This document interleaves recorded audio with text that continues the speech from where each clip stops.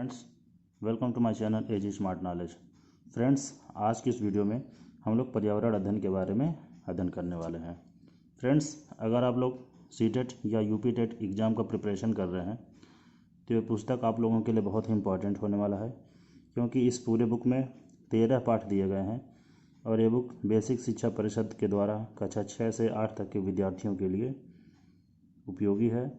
और आप अगर सीटेट या यूपी टेट का एग्ज़ाम देना चाहते हैं तो इस बुक से, पूरे बुक से लगभग 8 से 10 क्वेश्चन ज़रूर पूछे जाएंगे।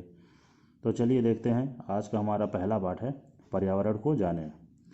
देखिए, इसमें है पर्यावरण शब्द परि तथा आवरण दो शब्दों से मिलकर बना है। पर्यावरण शब्द परि तथा आवरण दो शब्दों से मिलकर बना है।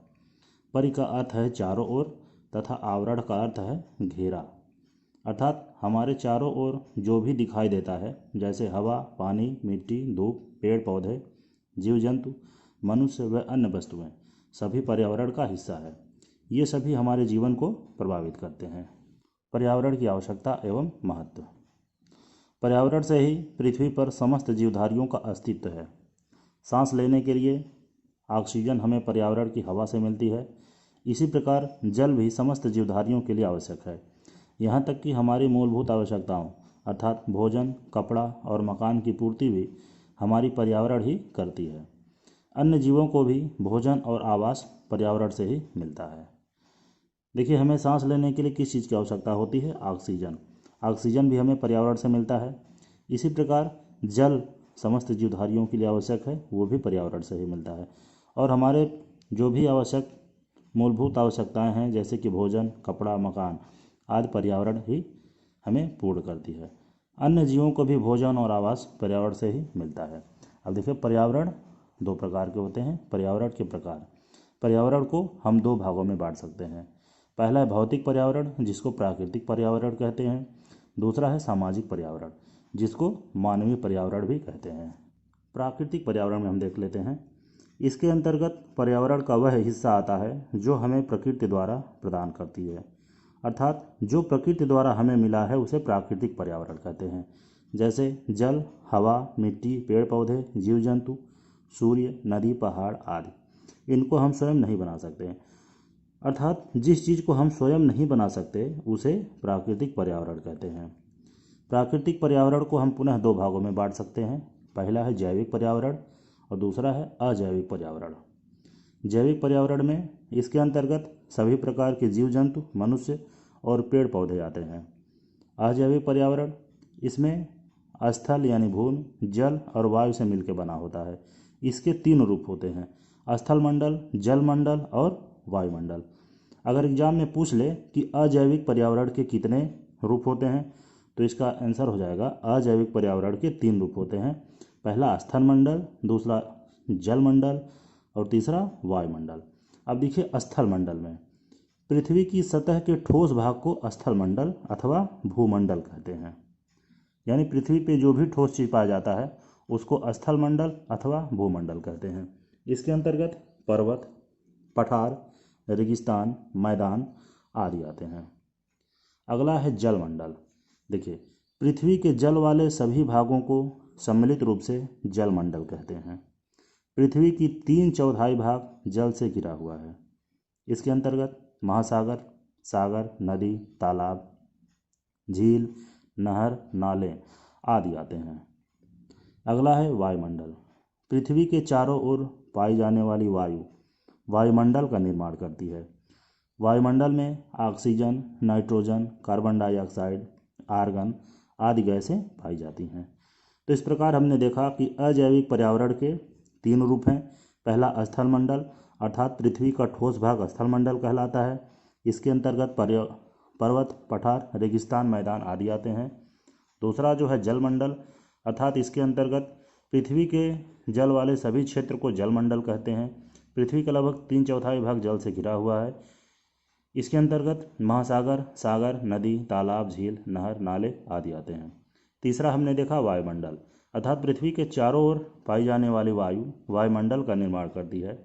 वायुमंडल में oxygen, nitrogen, carbon dioxide, argon आदि गैसें पाई जाती हैं। अगला देख लेते हैं मानवीय या सामाजिक पर्यावरण। ऐसी वस्तुएं जो मनुष्य द्वारा निर्मित हैं, जैसे मकान, सड़क, बाजार, गांव, शहर, रेल, मोटर, वायुयान आदि हमारे सामाजिक पर्यावरण के भाग हैं। सामाजिक पर्यावरण का निर्माण हम प्राकृतिक पर्यावरण की सहायता से करते हैं। घर परिवार, गांव शहर, बाजार, पंचायत, थाना, डाकखाना, विद्यालय, अस्पताल, कल कारखाने आदि संस्थाएं सामाजिक पर्यावरण के ही अंग हैं। देखिए, एक डायग्राम बना के बहुत ही अच्छी तरीके से समझाया गया है। पर्यावरण को हमने दो भागों में बांटा। पहला प्राकृतिक पर्यावरण, जिसको भौतिक पर्यावरण भी कहते हैं। दूसरा मानवीय पर्यावरण, जिसको सामाजिक पर्यावरण भी कहते हैं। अब भौतिक पर्यावरण के कितने भाग हो गए? भौतिक पर्यावरण के दो भाग हो गए। पहला जैविक पर्यावरण, दूसरा अजैविक पर्यावरण। और मानवीय या सामाजिक पर्यावरण के कितने भाग हो गए? इसके भी दो भाग हो गए, भौतिक पर्यावरण, सांस्कृतिक पर्यावरण। अब जैविक पर्यावरण में दो भाग हो जाते हैं, पहला पादप, दूसरा जंतु। इसी प्रकार अजैविक पर्यावरण में स्थल मंडल, जल मंडल और वायुमंडल तीन भाग हो गए। स्थल मंडल हमने देखा कि अर्थात पृथ्वी की सतह का ठोस भाग स्थल मंडल हो गया। जल मंडल, जो क्षेत्र जल से घिरा हुआ है उसको जल मंडल कहा गया। और वायुमंडल अर्थात पृथ्वी के चारों ओर जो वायु पाई जाती है उसको वायुमंडल कहते हैं। वायुमंडल में विभिन्न प्रकार की गैसें विद्यमान हैं, जैसे नाइट्रोजन हो गया, ऑक्सीजन, कार्बन डाइऑक्साइड हो गया, आर्गन गैस हो गया आदि तमाम गैसें वायुमंडल में ही पाई जाती हैं। अब देखिए आगे क्या है। हम अपने त्योहारों, परंपराओं, विभिन्न प्रकार के रीति रिवाजों का पालन समाज में रहकर ही करते हैं। मेलों, उत्सवों, नृत्य, कला एवं संगीत संबंधी कार्यक्रमों का आयोजन भी समाज में ही होता है। इनसे मिलकर हमारा सामाजिक पर्यावरण बनता है। अर्थात सामाजिक पर्यावरण में क्या आ गया? सामाजिक पर्यावरण में मेला हो गया, उत्सव हो गया, नृत्य, कला, संगीत संबंधी कार्यक्रम आदि का आयोजन समाज में रहकर ही होता है। इसी प्रकार से इन रीति रिवाजों का पालन हम लोग समाज में रहकर ही करते हैं। हम अपने त्यौहार को समाज में रह के मनाते हैं, हम अपनी परंपराओं को समाज में रह के बनाते हैं। इन सभी चीज़ों से मिलके हमारा सामाजिक पर्यावरण बनता है। जीव जंतुओं की पारस्परिक निर्भरता, अर्थात जीव और जंतु एक दूसरे पे कैसे निर्भर हैं। देखिए, हमारे प्राकृतिक पर्यावरण की रचना जैविक व अजैविक घटकों से मिलकर हुई है। प्रश्न पूछ सकता है कि हमारे प्राकृतिक पर्यावरण की रचना किन किन घटकों से मिलकर हुई है, तो आपका उत्तर बता सकते हैं कि प्राकृतिक पर्यावरण की रचना जैविक और अजैविक दोनों घटकों से मिलकर हुई है, जिनमें दोनों घटक एक दूसरे को प्रभावित करते हैं। ये दोनों घटक एक दूसरे के पूरक हैं। हरे पौधे सौर ऊर्जा का उपयोग करके अपना भोजन स्वयं बनाते हैं, इसलिए ये स्वपोषी कहलाते हैं। देखिए, ये बहुत ही इंपॉर्टेंट क्वेश्चन है कि स्वपोषी किसे कहते हैं। तो आप उत्तर बता सकते हैं कि जो पौधे अपना भोजन स्वयं बनाते हैं उन्हें स्वपोषी कहते हैं, जैसे हरे पौधे। आगे देखिए, सभी जीव जंतु भोजन के लिए प्रत्यक्ष या अप्रत्यक्ष रूप से पौधों पर निर्भर रहते हैं। पौधों से अपना भोजन प्राप्त करने वाले जीव शाकाहारी कहलाते हैं। उदाहरण के लिए हिरन, खरगोश, गाय, टिड्डा आदि। इसी प्रकार कुछ ऐसे जंतु होते हैं जो शाकाहारी जंतुओं को अपने आहार के रूप में लेते हैं, इन्हें मांसाहारी जंतु कहते हैं, जैसे शेर, बाघ, भेड़िया आदि। मांसाहारी जंतु विभिन्न प्रकार के जीवों जैसे मेढक, मछली, हिरन, सांप आदि को आहार के रूप में ग्रहण करते हैं। अंत में सभी जंतुओं का अवशेष फिर से मिट्टी में मिल जाता है। इसी प्रकार प्राकृतिक पर्यावरण का यह चक्र निरंतर चलता रहता है। देखिए, यहाँ पे हमने 2-3 क्वेश्चन के बारे में अध्ययन किया। पहला है स्वपोषी किसे कहते हैं, तो जो पौधे अपना भोजन स्वयं बनाते हैं उन्हें स्वपोषी कहते हैं, जैसे कि हरे पेड़ पौधे। उसके बाद है शाकाहारी जंतु कौन से होते हैं। शाकाहारी जंतु ऐसे जंतु जो पौधों से अपना भोजन प्राप्त करते हैं, शाकाहारी जंतु कहलाते हैं।